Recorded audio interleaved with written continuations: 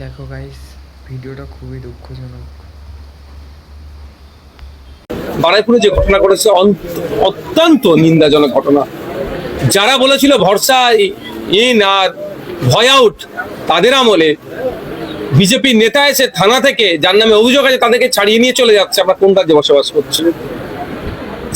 সেই কোনো না কোনো জায়গায় ঘুরে ফিরে এসে রেপ হয়ে গেলে বলতো লাভ অ্যাফেয়ার আছে, খদ্দের ধরছে, সেই জায়গায় কি আসছে? শহীদ থাকলে যেমন একটু ব্যথা জট্টর আছে, একটু ওই ধরনের হচ্ছে, এইগুলো কি ঘুরিয়ে ফিরিয়ে আসছে?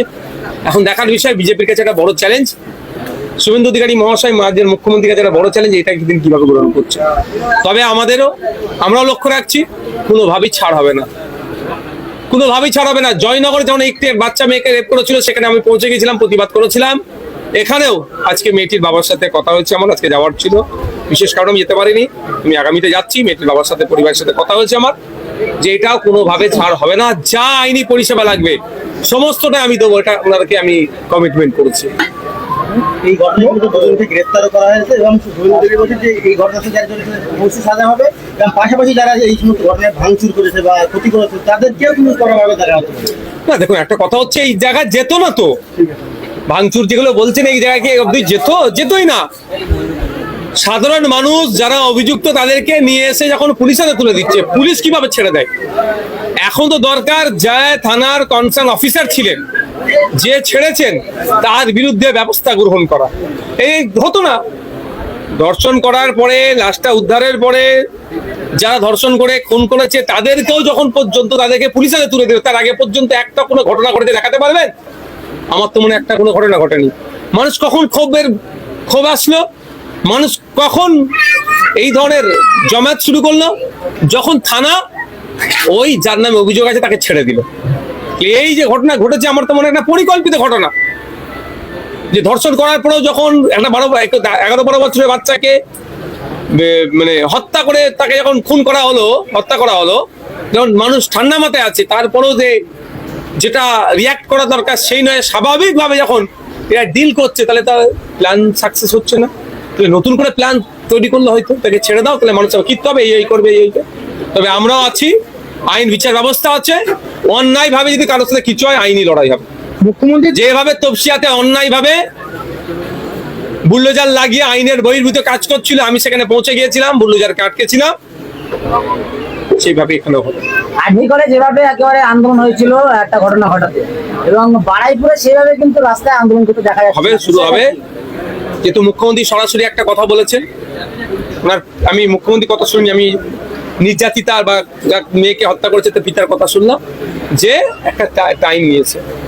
আমরাও দেখছি, কারণ আমরা নির্যাতিতা পরিবারের সাথে কথা আমি বলেছি, আমাদেরকে চাইছেন, তাদেরকে তারাও বলেছি, কিন্তু একটা নির্দিষ্ট টাইম অবধি।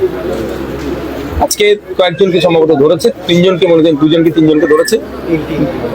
সারা রাজ্যে হবে আন্দোলন আমাদের অধিকার, প্রোটেস্ট আওয়ার ডেমোক্রেটিক রাইট, কেউ ওটাকে কেড়ে নিতে পারবে না।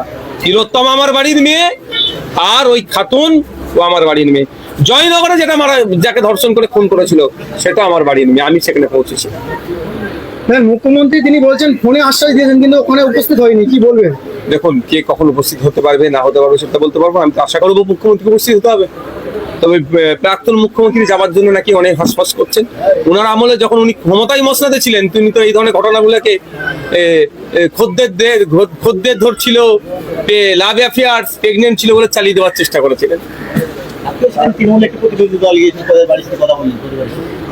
এখন অবশ্যই যাওয়া দরকার, বিজেপির পার্টির পক্ষ থেকে যাওয়া দরকার, মুখ্যমন্ত্রীর যাওয়া দরকার। এই ধরনের একটা যে ঘটনা ঘটেছে, এটাকে তো কোনো মতেই এই ঘটনা বাড়তে দেওয়া যায় না। আজকে 2 মাস এই সরকার চলছে, এই 2 মাসের মধ্যে প্রায় রাজ্যের 7 থেকে 8টা এই ধরনের ধর্ষণের কাণ্ড ঘটে গেল। তাহলে নারী নিরাপত্তা, নারী সুরক্ষা কোথায়? প্রশ্ন থেকে যাচ্ছে। ফেসবুকে একটা বড় দাবি তুলছে যে আসল তৃণমূল দাবি করছে দুই পক্ষই, কিন্তু এলাকার বিধায়ক বা এমপিদের এলাকায় দেখা যাচ্ছে। ওই শুধু কলকাতাতে আর ফেসবুকে হচ্ছে, এলাকায় গেলে বুঝতে পারবে।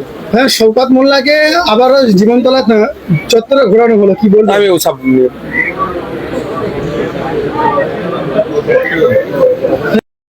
তার একটা প্রশ্ন করেছেন, দুটো দিক চাই। একটা হচ্ছে সরকারি যে পরিষেবাগুলো আছে যথাযথভাবে যদি পালন হয়, তাহলে অভিযোগ শোনা বন্ধ হয়ে যাবে। আর দ্বিতীয় হচ্ছে, আমরা যারা জনপ্রতিনিধি, আমরা যদি আমাদের দায়িত্বটা সঠিকভাবে পালন করি। আর তৃতীয়ত হচ্ছে, আমাদের দেশ বা বাংলাকে যদি আমরা উন্নততর করতে যতক্ষণ না পারছি, অভিযোগ থাকবে। কারণ আপনি বিশ্বের উন্নতশীল দেশগুলোতে যান, সেখানে দেখবেন এই ধরনের অভিযোগ পাবেন না। কারণ অভিযোগ কোনগুলো করছে, সেগুলো সব পরিষেবায় অলরেডি তারা পেয়ে যাচ্ছে। যেগুলো পাচ্ছে না বলি তো অভিযোগটা করছে। রাস্তা নেই, ড্রেন নাই, ICDS স্কুলের ঠিকঠাক পরিকাঠামো নাই, এগুলো উন্নততর দেশগুলো দেখুন সবগুলো পেয়ে আছে তারা, এই তাদের অভিযোগ নেই। সরকার পরিবর্তন হয়েছে, কিন্তু কি এই এলাকার ডেভেলপ বা সবকিছু পরিবর্তন কি করতে হবে। সরকারের কাজ তো ডেভেলপ করা। বিগত সরকার সেভাবে করেনি, নতুন সরকার এসেছে, তার কাছে প্রস্তাব দেবো, করতে হবে সরকার। এখন পর্যন্ত কোন কোন অভিযোগগুলো মূলত বেশি উঠে আসছে? দেখুন, বিভিন্ন জায়গায় বিভিন্ন ধরনের, কোনো বিধবা ভাতা, বার্ধক্য উপনীত হয়েছে বা বিধবা হয়ে গেছে, বিধবা ভাতা পাচ্ছে না, এইসব সমস্যা আছে। রাস্তাঘাটের কিছু সমস্যা আছে, পানীয় জলের সমস্যা, যে নল বাড়িতে 1 বছর 1.5 বছর আগে লাগিয়ে দিয়ে চলে গেছে, এখনো সে পানি পাচ্ছে না, এটা একটা বড় সমস্যা। ওই যে গুন্ডাগিরি দমন বিল পাস হচ্ছে বিধানসভায়, সেখানে একেবারে বারুইপুরে 12 বছরের একটা মহিলাকে, বাচ্চাকে, তাকে একেবারে খুন করা হয়, কি বলবেন? দেখুন, বিলটা এখনো কার্যকারী হয়নি, রাষ্ট্রপতির শাসন সিগনেচার হবে তারপরে। তো যদিও এই বিলের আমি বিরোধিতা করেছি এই জন্য যে এর আগে দেখেছি আমরা টাডা টাইপের ধরুন অনেক 2-3 রকম আইন এনেছিল, বলেছিল এই জনশৃঙ্খলাকে আটকানোর জন্য। তো পরবর্তীতে দেখেছি কি বিরোধীদের উপরে আইনটা চাপানো হয়েছিল, সংখ্যালঘুদের উপরে চাপানো হয়েছিল, গরিব দুর্বল শ্রেণীর উপরে হয়েছিল। এই আইনটাও আমার সৌন্দর্যগুলো চাপানো হতে পারে ওটা, আর এটা দুটো আমি এক জায়গায় গুলাচ্ছি না।